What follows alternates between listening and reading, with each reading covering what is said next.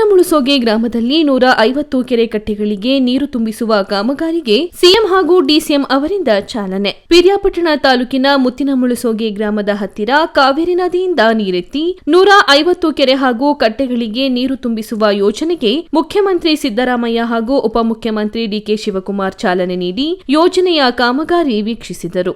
ಅಂದಾಜು 295 ಕೋಟಿ ರು ವೆಚ್ಚದಲ್ಲಿ ನಿರ್ಮಾಣಗೊಂಡಿರುವ ಈ ಕಾಮಗಾರಿಯಿಂದ 79 ಗ್ರಾಮಗಳಲ್ಲಿ ಬರುವ 90,000ಕ್ಕೂ ಹೆಚ್ಚು ಸಾರ್ವಜನಿಕರಿಗೆ ಉಪಯೋಗವಾಗಲಿದೆ.